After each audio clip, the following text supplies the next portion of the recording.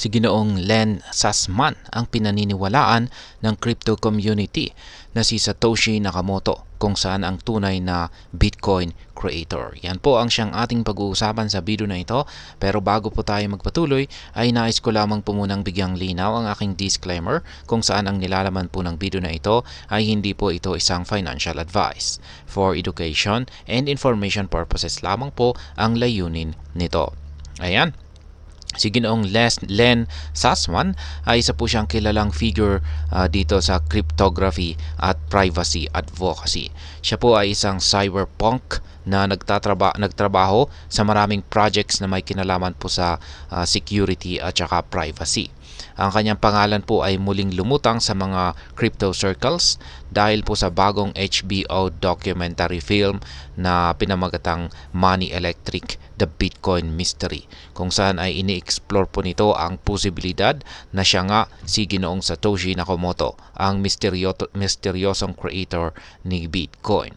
Ngayon ay sino nga ba itong si Ginoong Len Sasman? Si Ginoong Len Sasman ay ipinanganak po siya noong taong 1980 at siya po ay naging isang prodigy sa larangan ng cryptography. Siya ay nag-aral sa University of Leuven sa Belgium at nagtrabaho po sa iba't ibang project na may kinalaman sa digital privacy.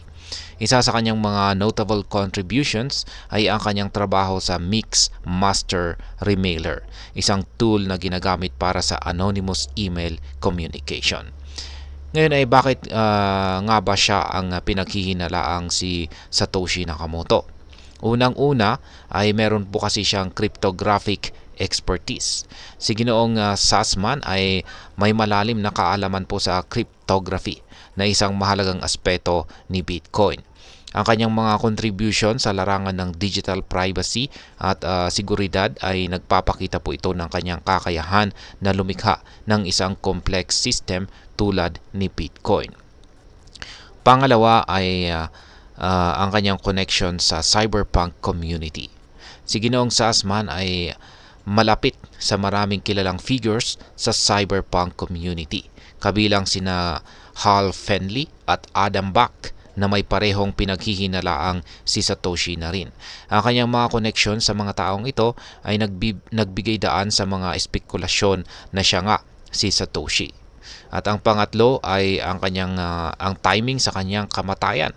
Si Ginoong Sasman ay namatay noong taong 2011. Sa parehong taon na si Satoshi ay biglang nawala sa public eye or sa publiko, sa mata ng publiko. Ang timing na ito ay nagbigay po ng higit pang dahilan sa mga espekulasyon na siya nga si Satoshi. Ngayon ay ano ang sinasabi ng documentary? Ang HBO documentary na Money Electric: The Bitcoin Mystery ay nag-explore po ito sa iba't ibang teorya tungkol sa identity ni Satoshi Nakamoto.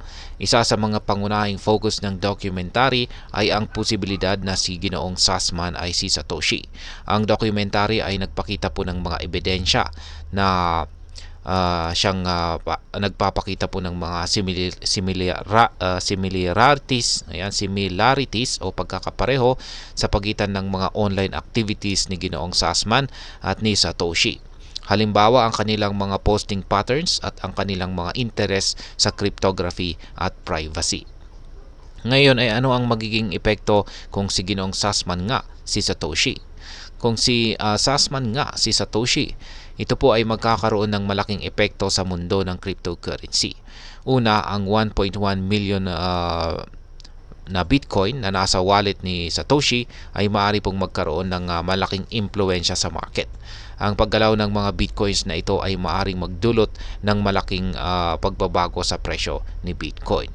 Pangalawa ay ang pag-unmask kay Satoshi ay maaring magbigay po ng higit pang credibility kay Bitcoin at sa buong cryptocurrency market. Ang pagkakaroon ng isang kilalang figure na may malalim na kaalaman sa cryptography at privacy ay maaari pong magbigay ng higit pang tiwala sa mga investors at sa publiko. Ngayon ay ano nga ba ang sinasabi naman ng buong crypto community? Ang crypto community ay meron po silang hati na opinyon tungkol sa identity ni Satoshi.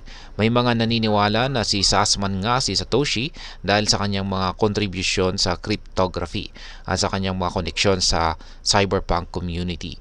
Ngunit may iba naman na naniniwala na si Hal Finney at si Adam Back ang tunay na Satoshi. At ayan, sa kabuuan, ang masasabi ko naman po rito ay ang misteryo na identity ni Ginoong Satoshi Nakamoto ay patuloy po na nagbibigay ng intrigue at excitement sa crypto community.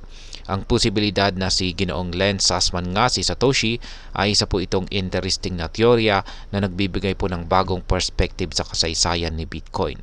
Sa huli, ang tunay na identity ni Satoshi ay maaring manatiling isang misteryo, ngunit ang kanyang legacy bilang creator ni Bitcoin ay patuloy na magbibigay ng inspirasyon sa mga future innovations sa larangan ng cryptocurrency.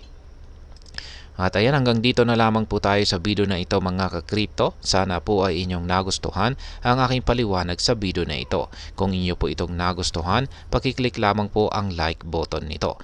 Para naman po sa mga bago lamang dito, kayo po ay aking inaanyayahan para mag-subscribe.